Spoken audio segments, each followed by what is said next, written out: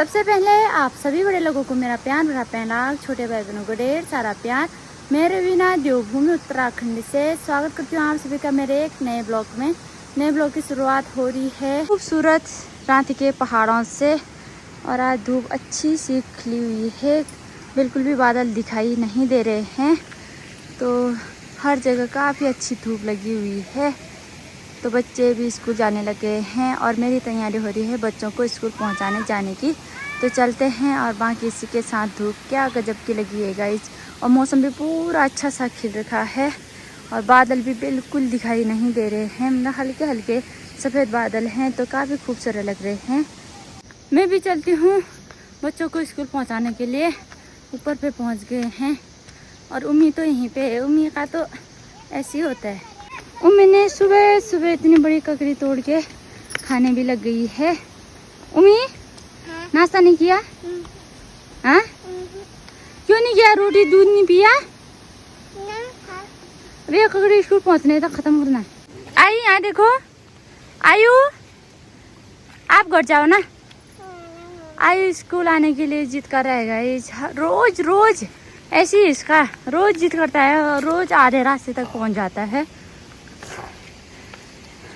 इसको आजकल आज ही स्कूल में नहीं बैठाएंगे ना, तो इसलिए, नहीं तो ये बैठने ही वाला है बिल्कुल भी। मतलब स्कूल में जाके घर आता हूँ बिल्कुल भी नहीं बोलता है, पर लेकिन आंगनबाड़ी में जाने की भी उम्र नहीं हो रखी ना इसकी, 3 साल नहीं हो रखे हैं, इसलिए।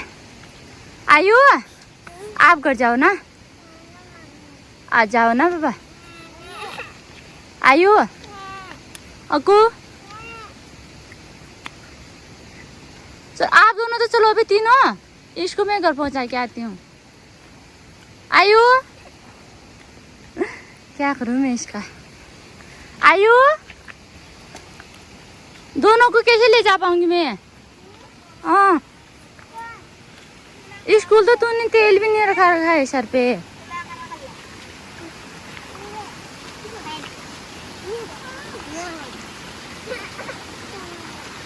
मैं तो बुच्ची नहीं लगाऊंगी, दोनों चलोगे। चलो फिर अब गुग्गी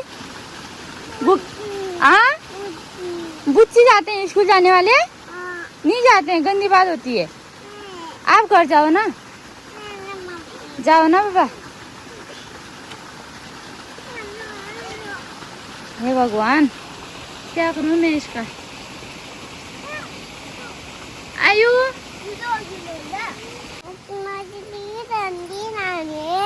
हाँ।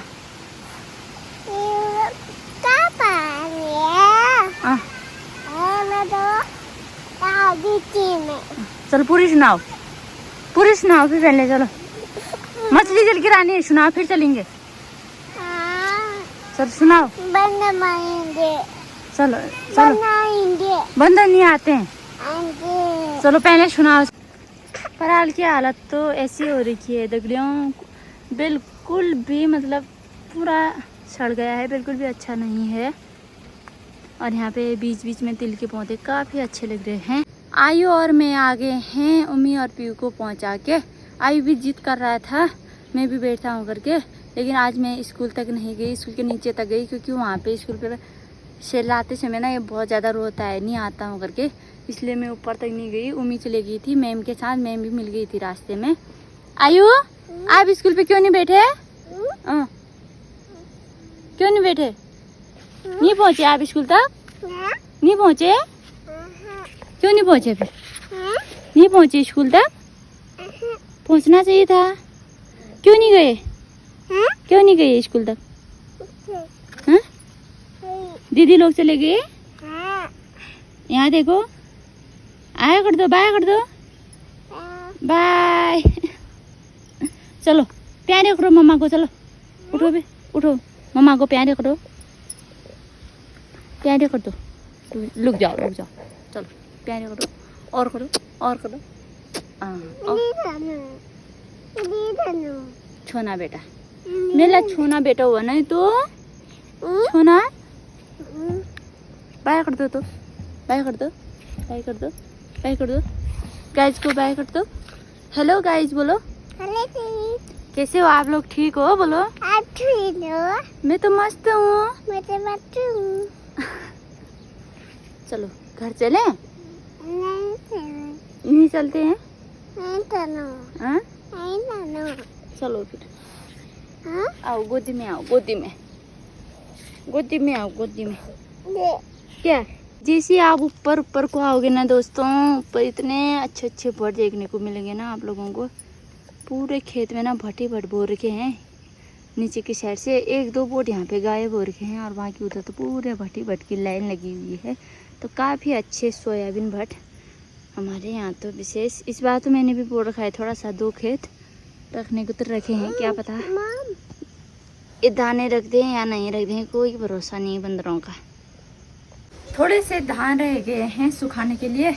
आज काफ़ी अच्छी धूप भी आ रही है, तो एक बार छत पे जाती हूँ छत सूखा कि नहीं देखने। बाप रे, अभी तो छत तो बिल्कुल भी नहीं सूख रखा है गाइस। यहाँ पे तो पूरा गीला ही है और यहाँ पे भी हल्का हल्का सूख रखा है, उतना तो नहीं, पर यहाँ पे तो पूरा गीला ही है।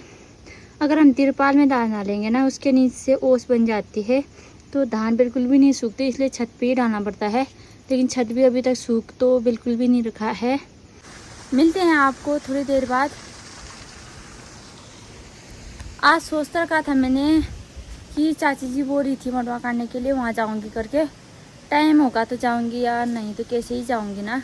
अभी तो मडवा मम्मी जी ये लोग वहाँ गए हैं, मैं उधर पे मडवा काटने जाती हूँ और यहाँ पे धान भी डालना है और दोपहर के लिए घास भी बनाना है, क्योंकि मम्मी तो काट नहीं पाते हैं ना आजकल। उतना पाँव में उनके मतलब दर्द जैसा हो रहा है, पूरा खाना चला गया है। हमारे यहाँ जो घुटनों में दर्द बोलते हैं उसे खाना बोलते हैं।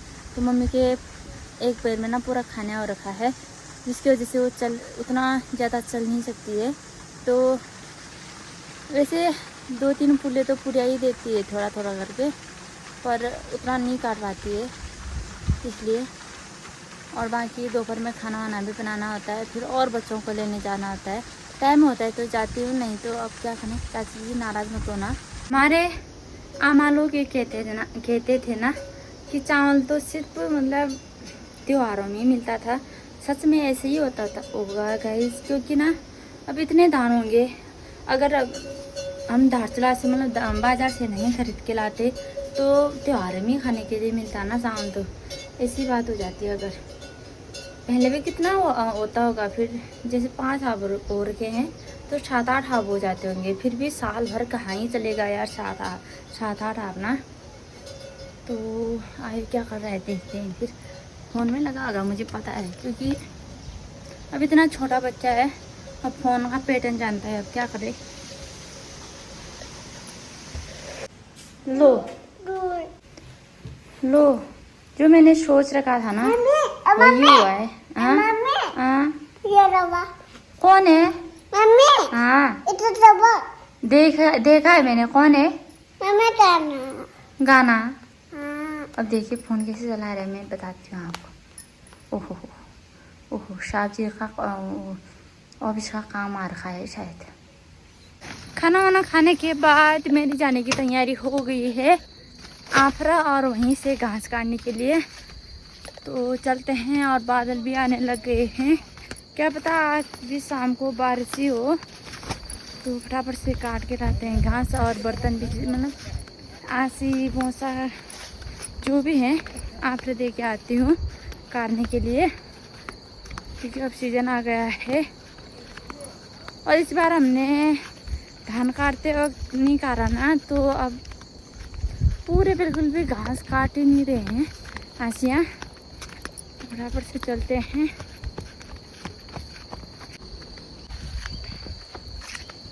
मैंने फ़िलहाल अभी आसियाँ तो सब ले लिए, बहुत से 2 ही ले रखे हैं फिलहाल। थोड़े मतलब आज ही से कोई बहाना तो लगाने वाले है नहीं।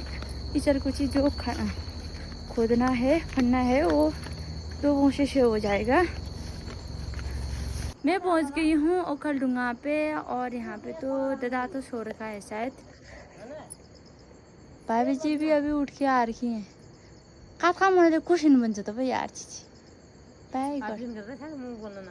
होने कुर्सिन बन्छ त भयो। सब काम गर्ने ल्याएर कडा मन ल्याए तिमी सिरना पहुंच गई मैं खेत पे। वहाँ पे यहाँ से देखे, लेकिन यहाँ आके पता चल रहा है यहाँ तो धुंधला जार तो बिल्कुल भी दिखाई दे नहीं रहा है। तो क्या काटें, यहाँ तो सब चारों ओर ना सब गज्जे बनाने वाला घास दिखाई दे रहा है। धुंधला घास तो कहीं भी दिखाई नहीं दे रहा है। ऊपर तक मेरे जो खेत हैं घास काटने के लिए ऊपर तक, लेकिन यहाँ तो सब गज्जे वाला ही घास दिखाई दे रहा है। और बाकी ना हमारे पराल की हालत कुछ ऐसी हो रही है, क्योंकि ये पराल को हो गए हैं, इस पराल को शायद 15-20 दिन 15 दिन तो मैक्सिमम हो ही गए हैं। और ऐसा पूरा काला पड़ गया है, बिल्कुल भी इसके पराल की शक्ल तो बिल्कुल भी नहीं आ रही है। पूरा काला देखिए कैसा हो रखा है। और बाकी अब घास कहाँ काटे हैं अब कुछ समझ में नहीं आ रहा है दोस्तों। मैंने बड़ी मुश्किल से एक पुली घास तो बना पाया। उसके बाद मैंने ये पराल वराल फीजा, पूरे खेतों में बिखरा दिया है कुछ इस तरह से। और यहाँ पे देखिए पराल की हालत कैसी हो रखी है, पूरा सड़ गया है। पता नहीं क्या भैंस खाएंगे, गाय भैंस क्या ही खाएंगे, पर लेकिन अब बनाना तो हुआ ही। ऐसी हालत हो रखी है और नीचे भी ऐसी हो रखा होगा। तो चलती हूँ मैं भी नीचे पे। ओ वहाँ पे ऐसी बिखराना है पूरे खेतों में। और बाकी धूप नेपाल में काफ़ी अच्छी लग रही है।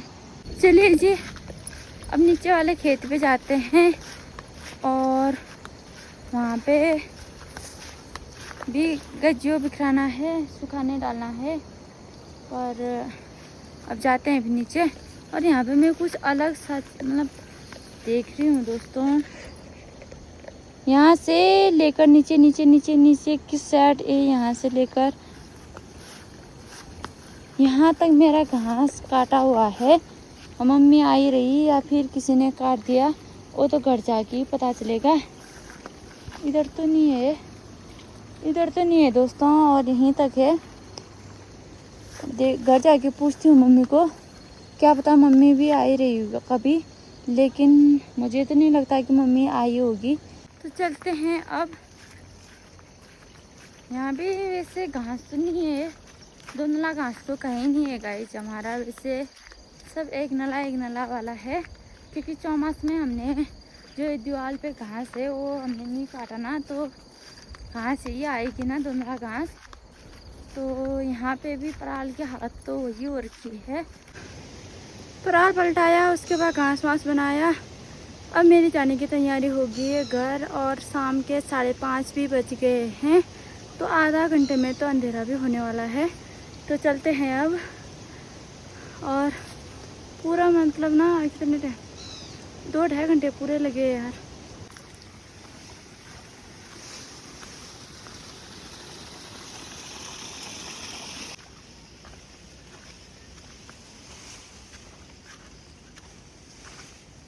इसी में घर पे पहुंची, वैसे ही तेज बारिश होने लग गई है। हिमालय के साइड से बादल चले हुए दिखाई दे रहे हैं, लेकिन यहाँ से पूरा बारिश आ रही है। वो देखो कितना अंधेरा छा गया है पूरा बारिश की वजह से। अभी तो बारिश बिल्कुल नहीं होगी, ऐसा मौसम बना रखा था। अभी इतनी तेज और भयंकर वाली बारिश का एक बाप रे। और यहाँ से बादल छट रखे हैं, और धारचूला की साइड से देखिए कितनी भयंकर वाली बारिश, और उतने बादल भी दिखाई नहीं दे रहे हैं।